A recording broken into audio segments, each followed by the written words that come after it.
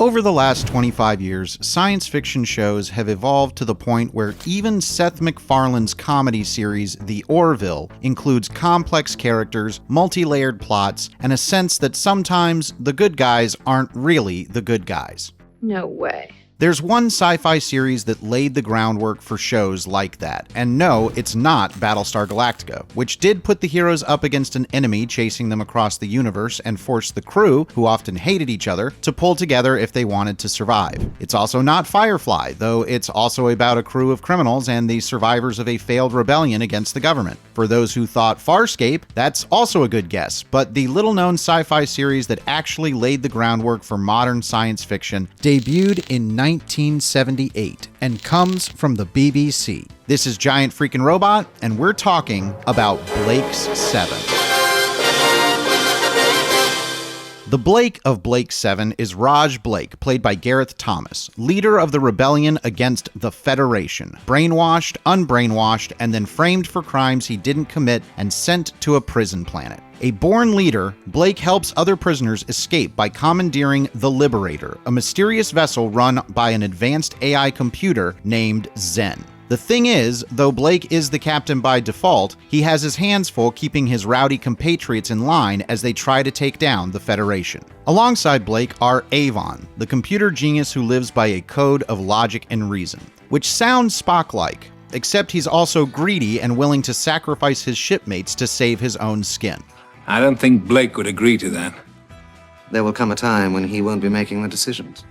There's Vila, the cowardly thief with a fondness for booze, and Jenna Stannis, a smuggler and skilled pilot, the closest thing to a loyal crew member, and even that takes a few episodes. The other half includes Callie, a telepath with a death wish, Olag, the giant bruiser with a device implanted in his brain to keep him calm and docile, and Zen, the sentient computer. The crew in Blake 7 would never be confused for the officers of the Enterprise, or even the Rebel Alliance, but they are, arguably, a precursor to the crew of the Moya in Farscape. Opposing them is the Federation, led by Servalan, the prototype for Battlestar Galactica's number 6, except for the black hair and the penchant for wearing black leather instead of a red dress. A cold sociopath, Servalan is ambitious, ruthless, and more than a match for Blake and his crew throughout all 4 seasons. There is something you should realize.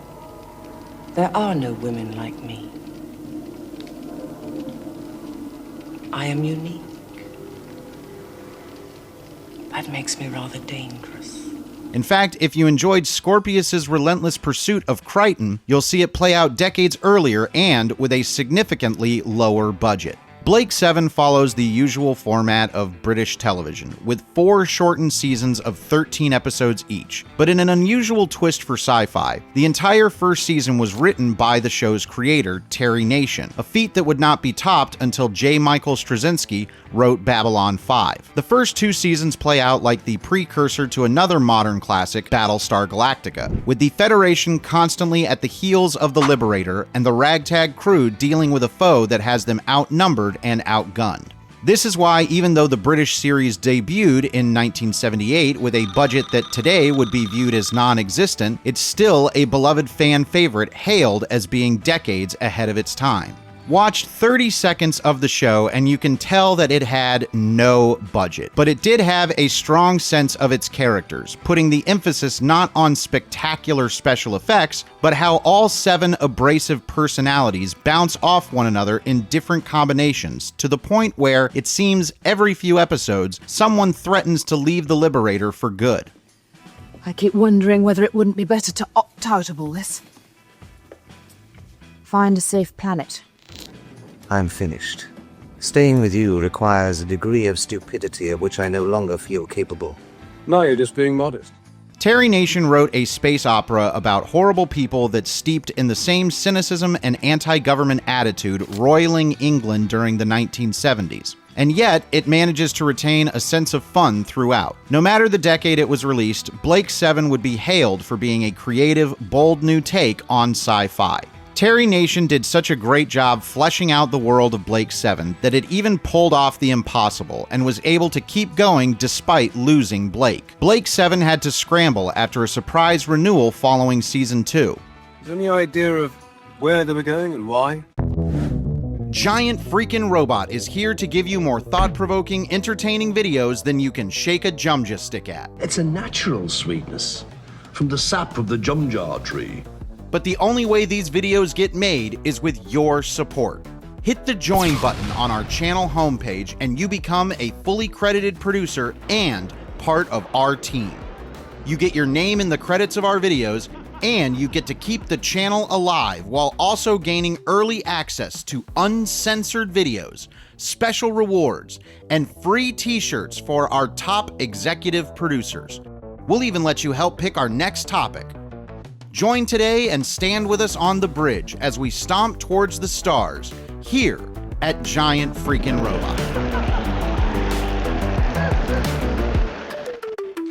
But instead of bringing in a new character, which Babylon 5 would do 15 years later when Sinclair was replaced by Sheridan, the BBC series elevated Avon to become the new captain. The Weasley tech expert is motivated to take the fight to the Federation in order to avenge his dead girlfriend, though he never loses his instinct to avoid a straight-up fight if he can help it. New characters join the crew during the final 2 seasons, including the weapon expert Dana and Tarrant, an expert pilot who happens to be a bit of a bully.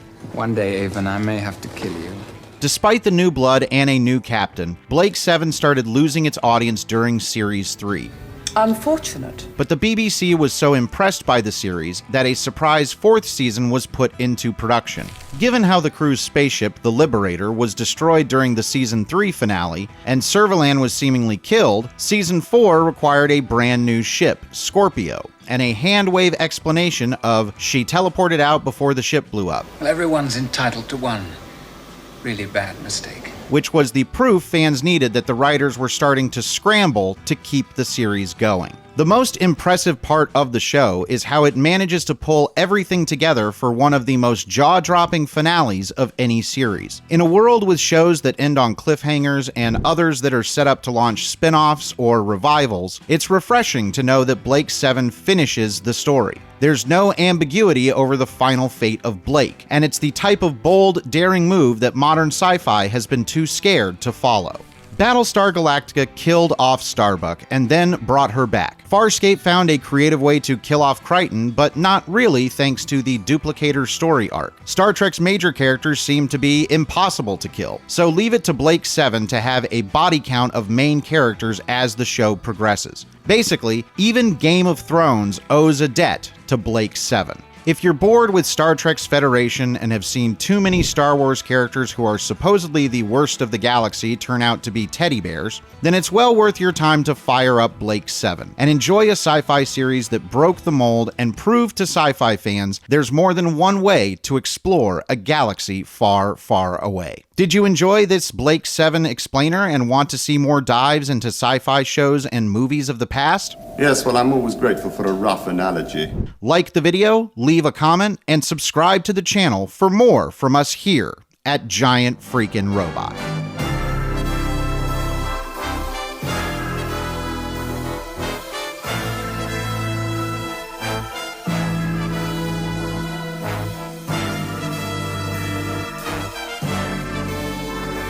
Blake Kerr Avon. When it comes to computers, he's the number 2 man in all the Federated Worlds. Who's number 1? The guy who caught him. You've got nothing to be ashamed of.